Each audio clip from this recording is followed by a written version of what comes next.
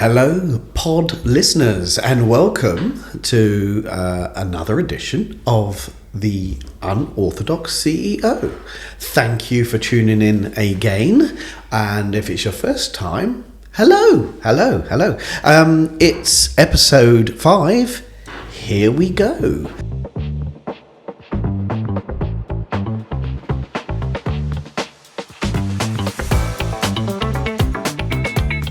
I'm Steve Pickering and the CEO of Sussex Beds, and this podcast is all about my journey as a leader in retail, the challenges of growing a small to medium-sized business, and of course working with my family, which there are many of them who we have met a couple so far, but there's lots more to go. Today we're going to talk about the roller coaster of business, and what it's like being on it, what it is, and some recent experiences that I've had being on the roller coaster, and how I control my emotions. I paused there because I said the word "I guess," and my beloved children have pointed out that I say that quite a lot on the podcast. So really? I am going to try and avoid saying "I guess" anymore. I guess. So here we go. Let's crack on. Yeah, so Steve, do you want to explain what the Business Rolleroaster is, and maybe if you've been on it recently? Of course, yeah. I didn't introduce you, Victoria, as well. That's Victoria's right. Here with me as usual. So, sorry, ask that question again. So, do you want to explain what the Business Rolleroaster is, and maybe if you've been on it recently? Yeah, so I wrote a post about a month ago, I think it was. It was entitled The Business Rolleroaster, and it was an experience I had just that week, and I just wanted to write about it, really. And I recently I got an appointment as a non-exec director on another company, Woods Furniture, down in Dorchester. If you're ever down there, great little furniture shop. And I sat on the board for the first time, which was a big moment for me, pushing myself outside my comfort zone. I'd only ever worked within Sussex Beds and, been in a very safe family environment, and so this was quite a push outside my comfort zone, and I spent the time there, the 2 hours for a board meeting, and come out of there really high. I was really pleased because very nervous going in there. It's something very, very different, and the old normal doubts and things, but put across some good points and got involved and come out of there really buoyed. As soon as I come out, all happy and smiley, I looked down at my phone, there's an email there, and some updated forecasts, which were disappointing to say the least, and then you go into this spiral. So you go from this big upward, buoyant happiness to God. So I spent the evening, because I was down there for the evening. I was going to drive back next day. I spent the evening, had a drink, thinking about, right, how are we going to pull this around, turn things back, get back on track. And so, a little bit down with it. I drove back next day, again, thinking, planning, how are we going to tackle this issue. And I guess, I said the word "guess" again. Sorry, kids. And then I got back, and the business over that day and the weekend then was abysmal, absolutely abysmal. The sunshine comes out, and in our industry, the sunshine comes out at the beginning and it does kill business. So it was a dreadful weekend, which took me right down. And there was no point of me sharing this with anybody else. And I thought, well, let's just Monday we'll tackle it. But I go very inward, go very quiet, and Paul had picked up on this, and so in the end I explain, these poor numbers, and we were going away for a short break on the Monday to Spain, and I said, look, should we stay here? Let's get things back on track. Anyway, we discussed it and said yes. Let's okay, we won't go to Spain. Let's sort this out, get in on Monday, get a plan in place, and then feel more comfortable about it, and we'll go away another time. Anyway, I didn't speak to Josh, my son, but because I didn't want to off over the weekend. But 6 o'clock that evening, he comes round. I've seen the numbers and they're abysmal. What are we going to do? I said, look, let's get in on Monday. Let's sort it out on Monday. Anyway, Monday comes. We spend leadership team, spend the day at the morning planning, coming up with a strategic plan. And yes, right, okay, let's go up. And as it was, that Monday turned out to be an incredible day's business. So we've gone from a weekend of abysmal business, and we then done more on that Monday than we'd done for the whole weekend, Friday, Saturday, Sunday. And so we're then up. Oh my goodness, yeah, this is great. And I get home that evening, and we hadn't actually cancelled the holiday. I said, sod it, let's just go. So we set off next morning. We're just a few nights away, going to Spain. On the flight, I guess you then start thinking, and I then went down again. Oh, how are we going to do this? How are we going to do that? Get to our hotel, just have a drink, and I then go off and sleep for 2 hours. Get up, we go for the evening, we go out for something to eat, and back early, and then sleep the next night. Slept on the plane. I think just totally exhausted. Anyway, wake up much more refreshed next day. We go exploring. Business is good again.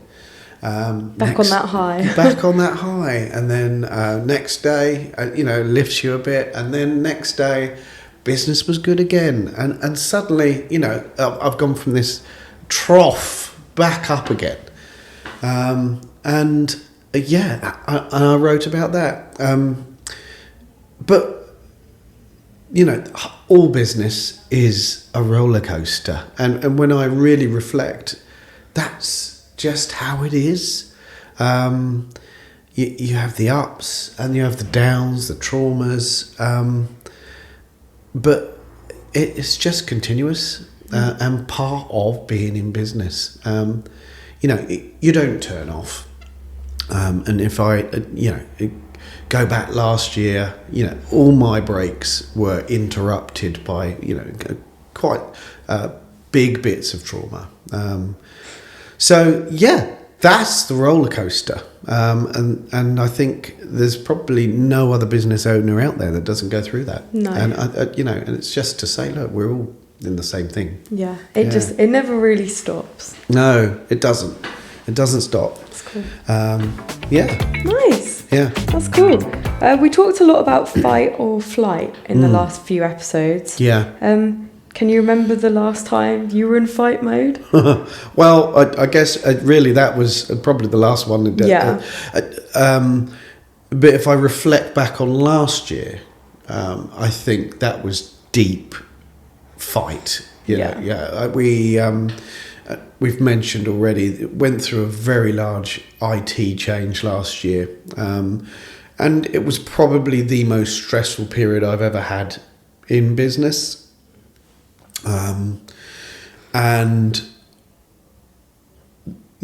It was tough going, and as I say, if I look back on all my breaks last year, they were disrupted by traumas back within the business, and it was tough, and of course,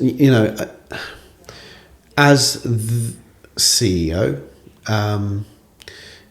my job is really to keep everybody motivated, to keep everybody focused, positive. And sometimes that's a really tough thing when inside you have the same fears, but at that point it's not the right thing to show your fears. You've just got to keep everybody upbeat, forward. Yes, it'll be good. Let's just continue with the fight. Yeah, let's get the plans in place. Yeah.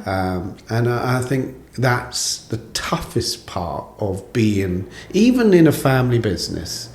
You know, as I said just then, I spent the weekend recently just inwardly thinking, planning, and I didn't want to burden even my family members with that over the weekend. There's nothing you could do over the weekend.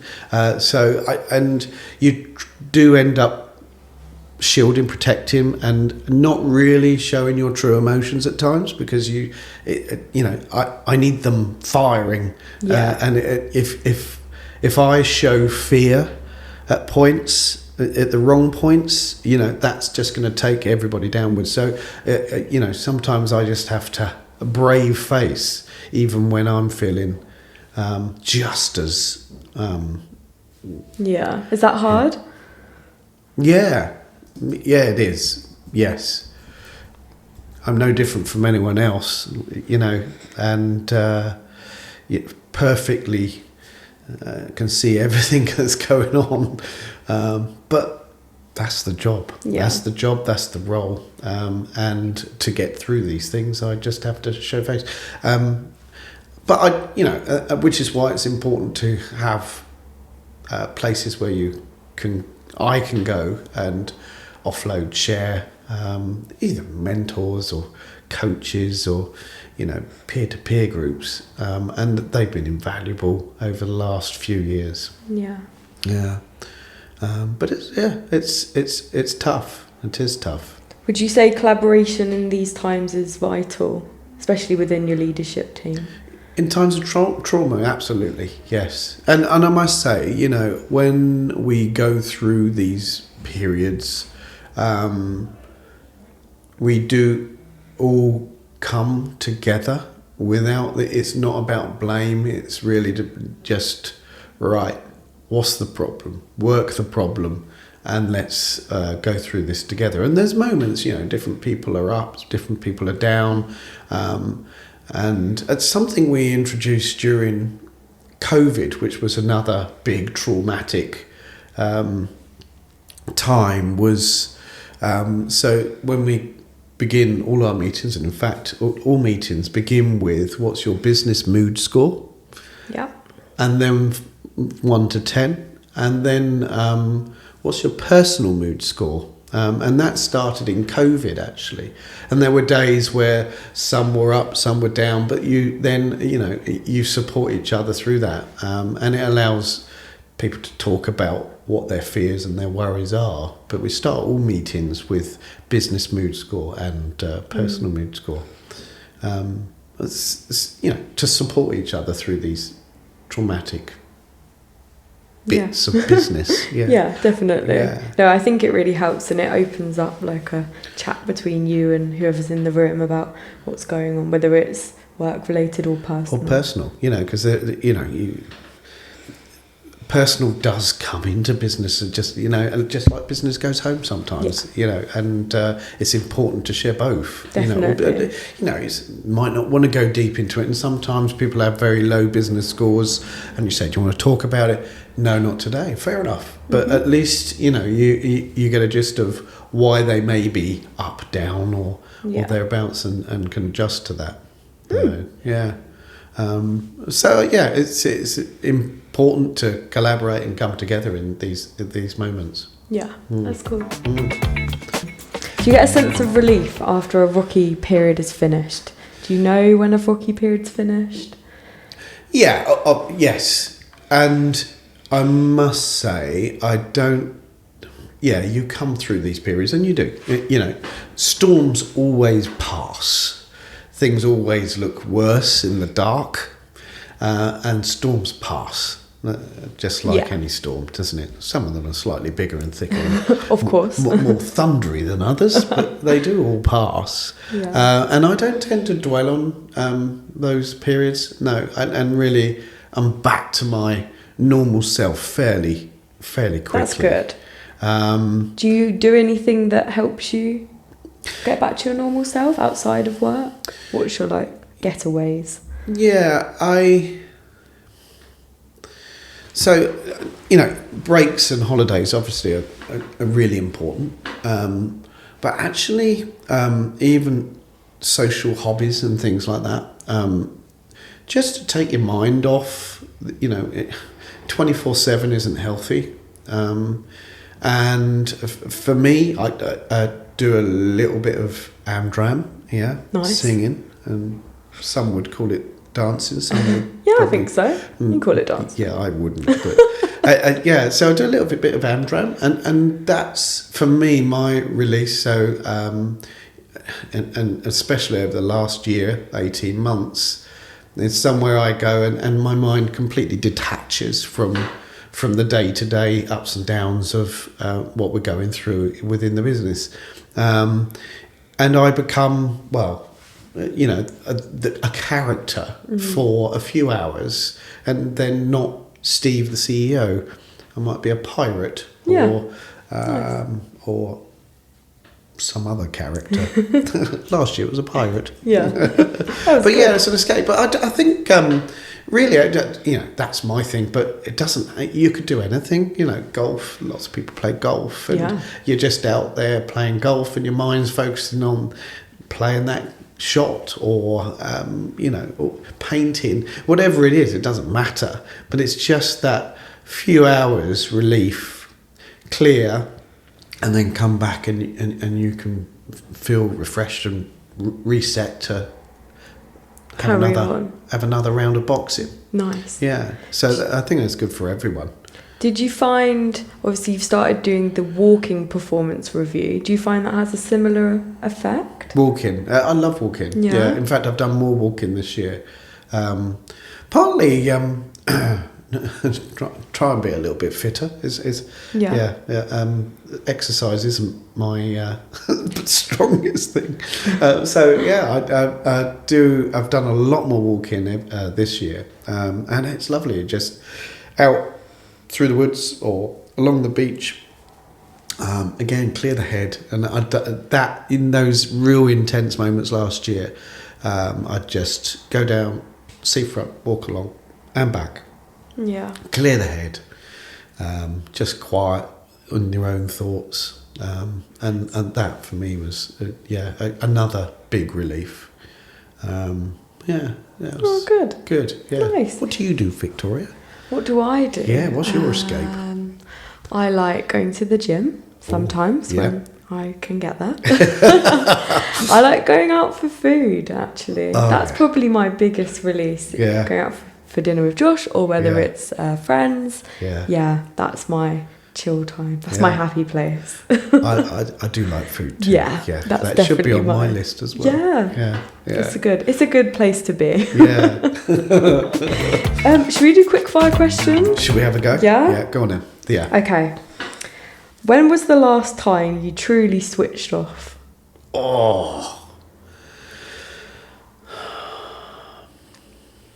Well, I mean, I suppose if we go back to what I just said there, which is doing the performing. Mm-hmm.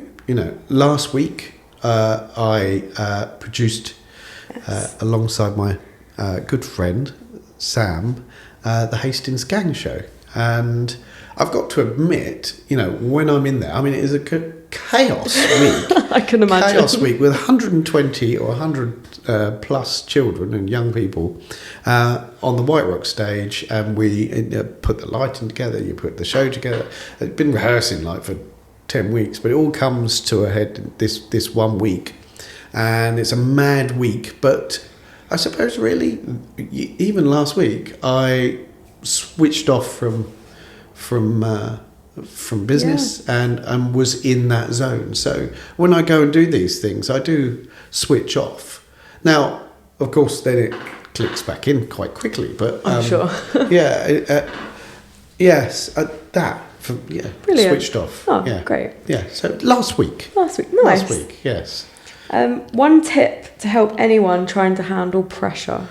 Yeah. What would your tip be? Pressure. Go for a walk. Nice. Yeah, go for a walk. I suppose, especially if you're office based or I think getting out, go into the woods, go along the beach, clear your head. You will feel better. Staring at a spreadsheet ain't going to change that spreadsheet. It doesn't matter how long you and actually then to go off it's a little bit like designer's block, isn't it? Yeah. Because I have worn a marketing hat that's points, and you think, right, okay, I design this. Oh, that looks rubbish. That looks awful. That looks dreadful. And in the end, you go, oh, just stop, go off, clear, come back, and you go, boom, boom, boom, boom, boom, and oh wow, that's cool. And I think it's exactly the same with pressure and stress. Just get yourself out. Yeah. Come back refreshed, and I suppose that's the theme of this, isn't it? Yeah, it's really. Is breaks are so important, and our little trip to Spain was fantastic. Yeah. I love tapas. It's the first time properly I've been to Spain, and food. Food. It's great. Yeah, it makes people happy. It does make me happy. So yeah, there we go. Brilliant. What's your favourite role you've played throughout your Amdram career? My favourite role?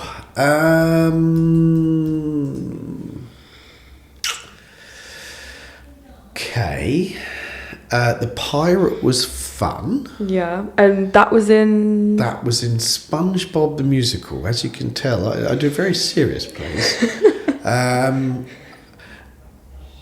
Now, I guess I've got to go back to one of my first true Amdrammy roles, which was from Annie Get Your Gun. Okay. And I played Tommy. Okay. Yeah, the love interest of Winnie.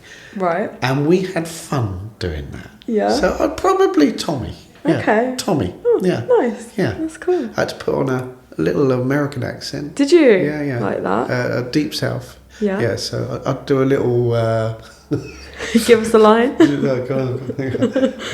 Okay, Winnie. That was awful. That's all right, go get it. That was dreadful. That sounded more like Goofy. That is. Anyway, yeah. It was a long time ago, so I'd have to practice. Okay, yeah. That was your favourite. Yeah. Brilliant.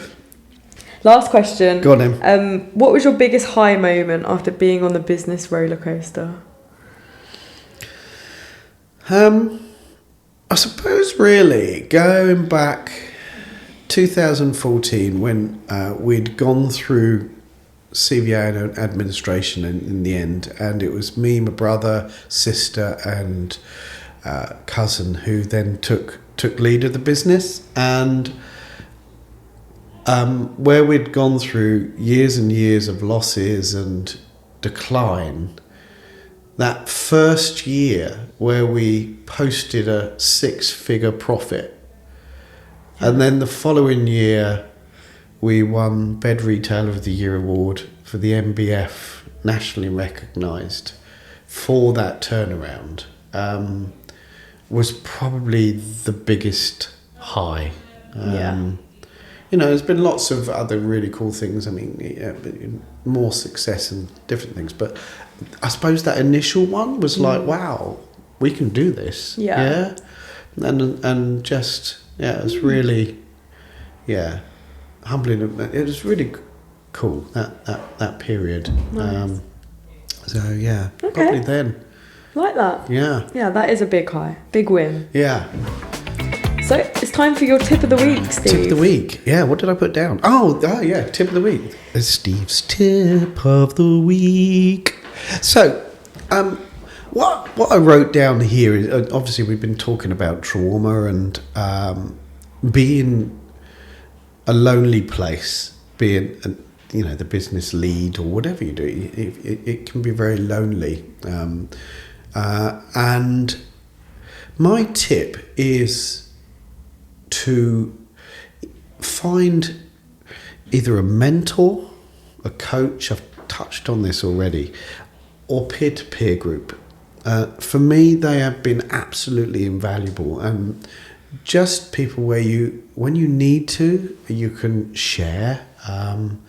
And I think that's essential for a business leader, is to have somewhere where you can offload.